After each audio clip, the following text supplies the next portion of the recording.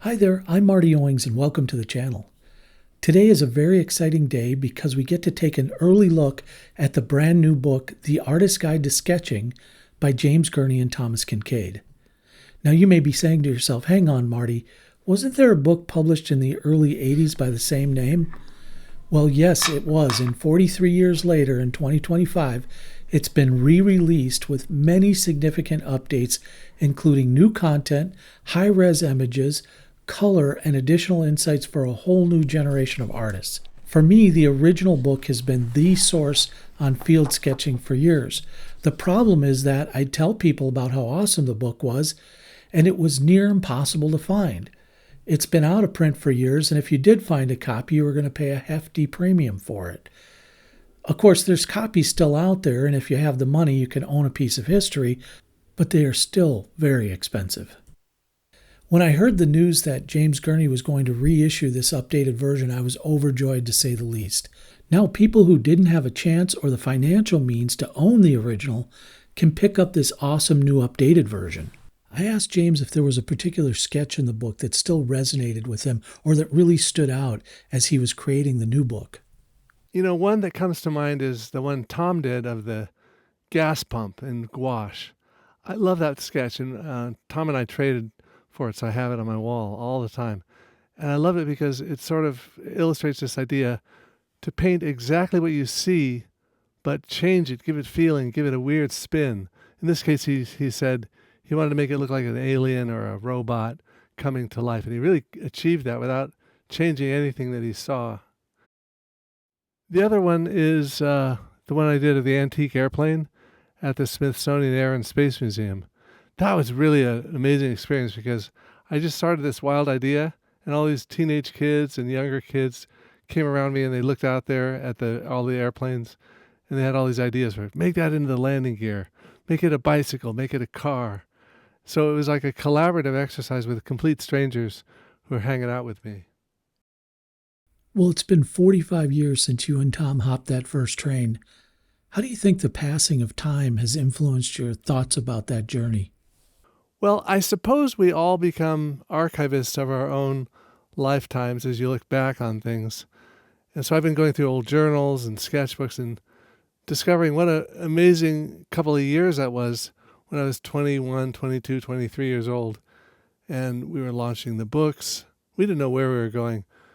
The world was really different then, too, because we had no audience, we had no fan base, no community, no following, no comments. I think we got a total of, 2-3 letters after the book came out, and that was it. So we were writing for a complete unknown audience. Very different now, of course, because we're much more connected with the people who are readers and followers. I was introduced to James Gurney about a decade or so ago when I came across a YouTube video he did where he was sketching in a graveyard. And like so many of you, I was instantly hooked. I can't help but wonder, who were each of these people? Who remembers them? What did they leave behind them? What part of their lives remains immortal?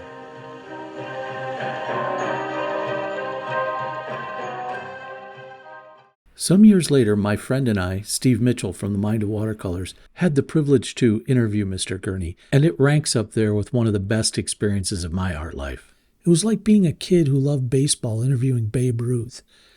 Because James Gurney, for me, is like the field sketching equivalent of Babe Ruth. He's a modern-day master illustrator. But so often, we unfairly idolize people and put them on pedestals they never asked for or even deserve. As I've gotten to know James Gurney over the years, I've come to know the person I admired, and he is absolutely deserving of the admiration. James Gurney is a wonderful, intelligent, passionate, imaginative, and introspective person who makes people want to explore this craft. He and his work ignite your curiosity and fan the flames of your creativity. And oh, by the way, James Gurney is a damn fine artist and illustrator. Hopping trains, hitchhiking, all those things. Do you think there's any way a young artist could take a similar journey today, James? Yes, I do think there's a way a young artist could take a similar journey today. The advice I'd give them is, first of all, Go just 2 people, not more than 2. Avoid tourist places. And also I suggest avoiding standard motifs. We've all seen enough fishing boats and red barns. Paint your world, paint our world, paint cars, parking lots, laundromats, things like that. And ask people to tell you their story. That really opens things up. Develop your skills as a writer and a filmmaker and a photographer, as well as being an artist, because we don't have enough young artists who are going out there and exploring the world. One last piece of advice: don't ride freight trains. They're dirty and they're really dangerous, especially now. Also, don't be afraid. There's nothing to fear when you go out with your sketchbook. Everyone loves an artist. The first thing that struck me about the new book is the resolution and color. For this new edition, James and the publishers used original art and took new high-res scans that render beautifully in the pages of this book. The once black and white renderings now pop with color and blend more perfectly with the written guidance. I think when James and Thomas wrote the original back in their early 20s, it wasn't really so much from an academic perspective as much as a practical one. I think that's part of what makes this book such an indispensable guide. The book doesn't assume your level of expertise, and so it never speaks down to you. It's genuine because James Gurney and Thomas Kinkade are speaking in their own voices and images to the reader. It gives you everything you need to find your own path as a sketcher and artist. The book's laid out in sections that make logical sense and in an order that expands on the previous sections. I don't know about you, but I find it helpful when I can experience the practical side of a book's knowledge and wisdom. At its heart, this book is a series of positive artistic encouragements that are really designed to enlighten and delight the practitioner and ultimately spark the light of creative curiosity. Perhaps, as I said, even more importantly, to the reader, it gives you the tools to find your own path. So there's these boots at the end of the new book that weren't in the old book, and I was really just curious if these particular boots had some kind of significance to you.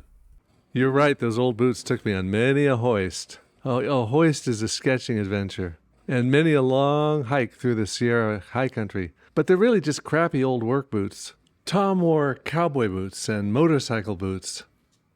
I painted them in gouache as a still life exercise. I thought the picture might work as a tailpiece for the book because it reminds me that the gear doesn't matter as much as the adventure. The Artist's Guide to Sketching by James Gurney and Thomas Kinkade is available on Mr. Gurney's website. While you're there, check out his other great books. Please use his website as the proceeds go directly to the artists. Thank you. I've left a convenient link in the description below.